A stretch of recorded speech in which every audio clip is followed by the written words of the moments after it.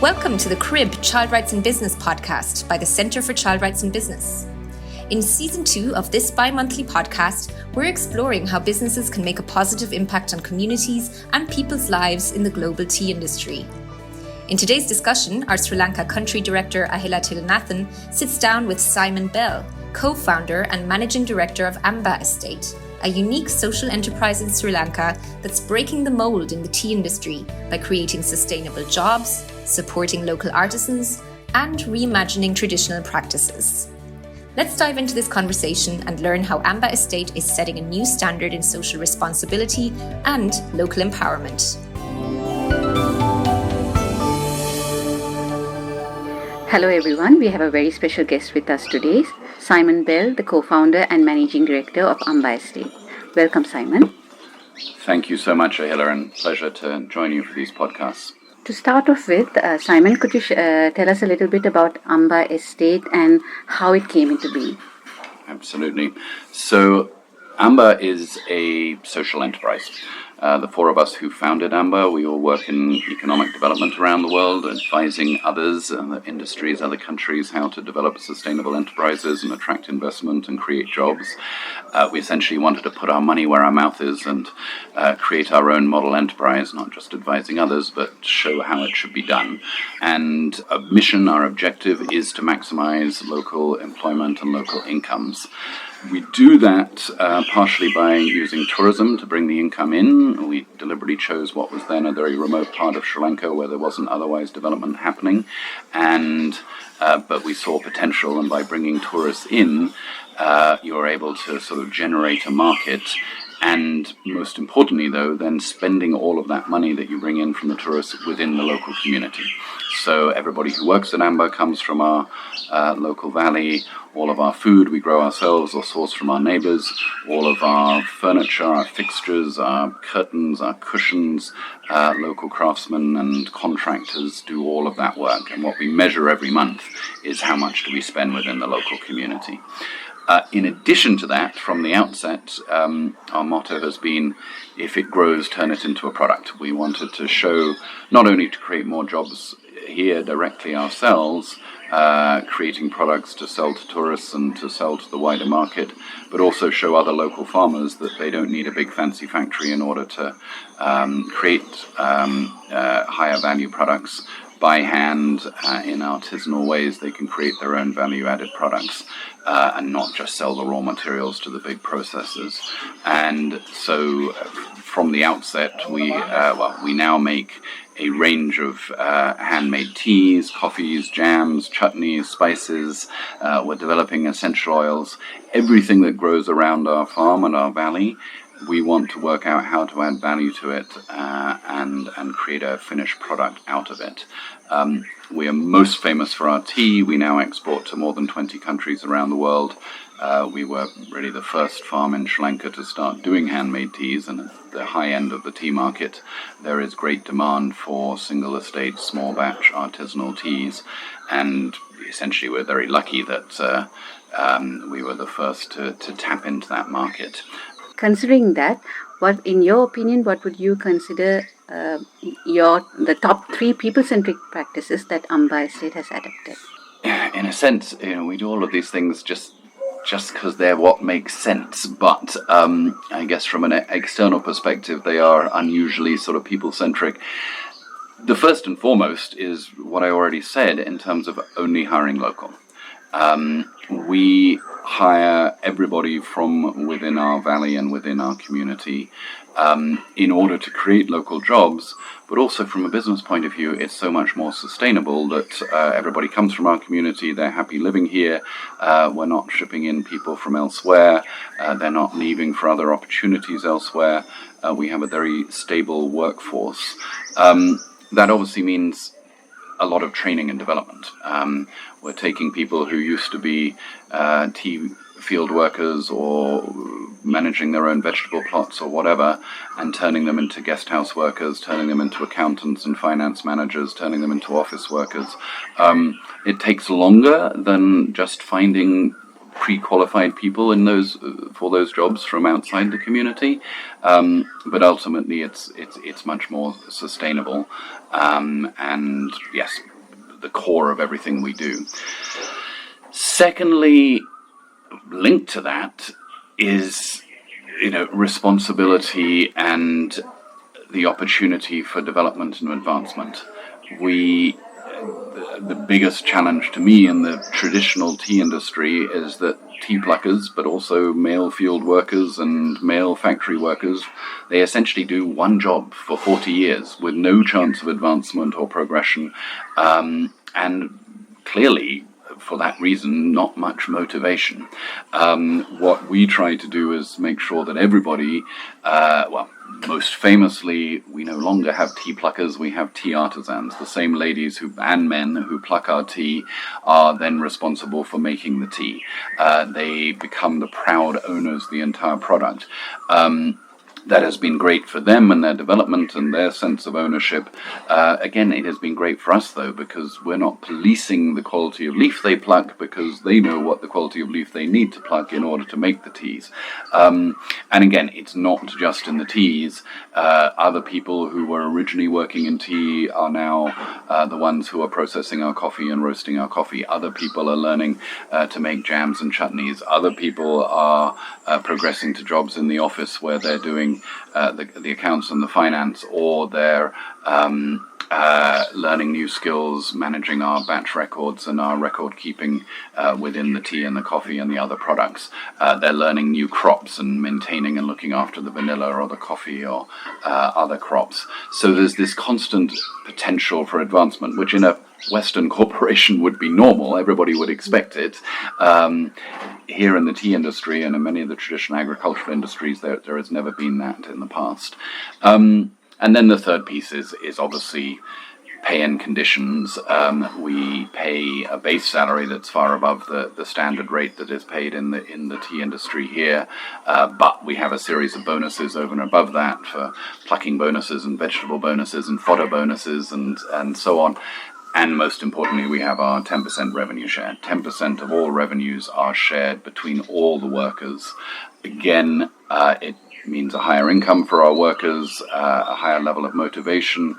But again, from our point of view, it means we have to spend much less time monitoring or motivating, because everybody knows that every activity they are involved in will ultimately increase our revenues and increase their income. I think you touched upon a very critical point of fair wages and also the opportunities for career advancement within the industry.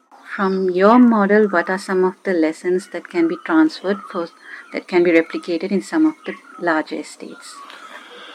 Yes, I mean, fair wages and working conditions are fundamental. To a large degree, where we look at the need for creches and the need for this support and that support, but if people were being paid well and had good incomes and could afford private nurseries or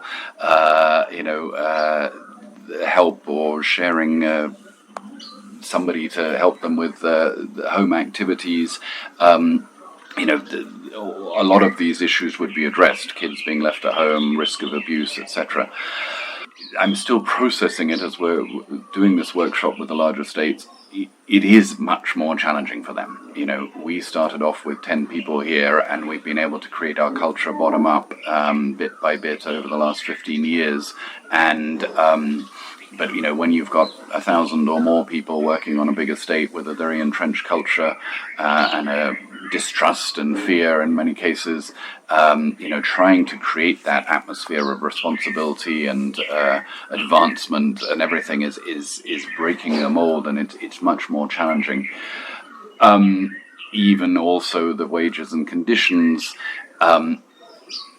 The revenue share to me is a no-brainer in the sense that, as I say, it motivates everybody. It's variable. If some crisis hits and we don't get revenues next month, it means one of our biggest costs also reduces. So it works well from a business.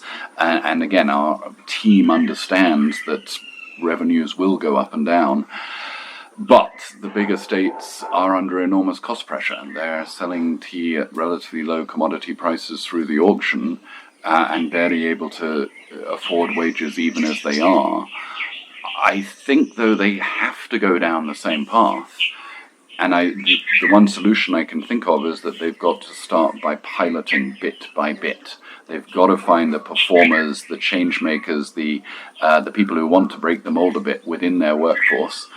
Give them some different responsibility. Put them in charge of the new vanilla crop production. Put them in charge of one of the guest houses or tourism products or activities. Put them in charge of the hiking trails. Again, look at their opportunities for advancement. Within the context of that, look at opportunities for them to earn some share of the extra revenues that they do. Once a few have begun to show what's possible, then I think others will start demanding that they want to have those kind of opportunities too. But I think it's going to have to be an incremental process. The incremental process does sound, it makes a lot of sense, for especially when transferring this model into a very large estate. So basically, I would also like to touch upon another key challenge that globally the tea industry is facing, that of youth not wanting to continue working on tea estates. And looking around AMBA Estate, I see majority of employees are youth. So what has AMBA Estate done differently to attract and retain youth at AMBA Estate? And again, fundamentally, the three aspects we talked about: we're hiring locally, we're offering opportunities for advancement, and we're offering good pay and conditions, and particularly the revenue share. I wouldn't want my child to go and work in a traditional tea estate where there is no chance of advancement and where you're going to be doing the same job and where pay and conditions are not as, they may be better here than in many other countries, but they're not as good as other industries they could be going into, whether it's apparel or tourism or jobs in Colombo and so on. And yes, Ashok, our young manager here, was talking with the group, he keeps on saying it. He grew up in line rooms. He grew up in an estate family. Nobody in his community wants their kids to go into this industry. AMBA is completely the opposite. We have 300 applications from all levels, from people with O-levels and A-levels and degrees wanting to work here, mostly from our valley, from our community, most of them young, as you say, school leavers, university leavers, because again, they see the opportunity for a fulfilling and interesting job, not just a well-paid job, but a fulfilling and interesting job where they're going to be learning new things, developing new skills, and they get to do so while still living in their community, with their families, with their kids and wives or husbands in some cases, with their parents in other cases. And they would much rather do that if the opportunity is here rather than moving elsewhere. Yes, we have no problem hiring local youth. In closing, what are some of the key areas that the Sri Lankan tea industry has to urgently address to ensure there's a future for tea in this country? Fundamentally, what we're talking about, the conditions, the lack of advancement, the relatively poor pay and conditions are not just a concern for development practitioners like us and human rights advocates and so on. They're going to kill the industry. If the next generation does not want to go into tea making, we are going to have no tea industry within 20 years.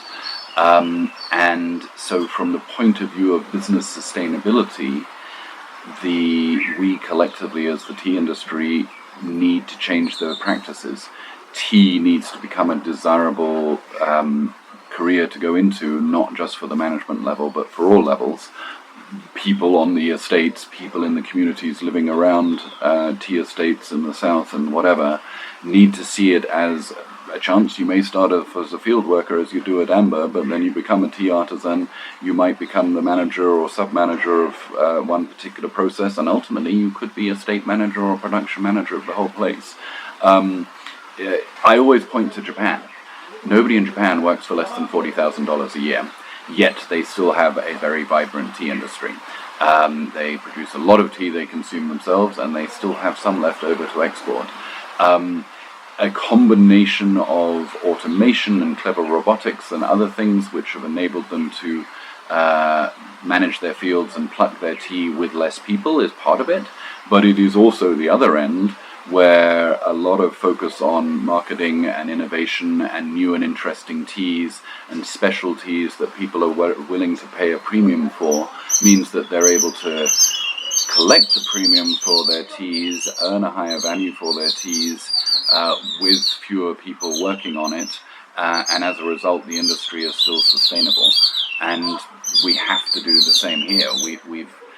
Again, it's not just about human rights or being nice to the communities. If we don't, the industry will disappear quite quickly. Thank you very much for your time, Simon, and especially for facilitating this ongoing experiential workshop on sustainable agro-tourism, and for taking the time out to do this podcast. Thank you very much. Thank you.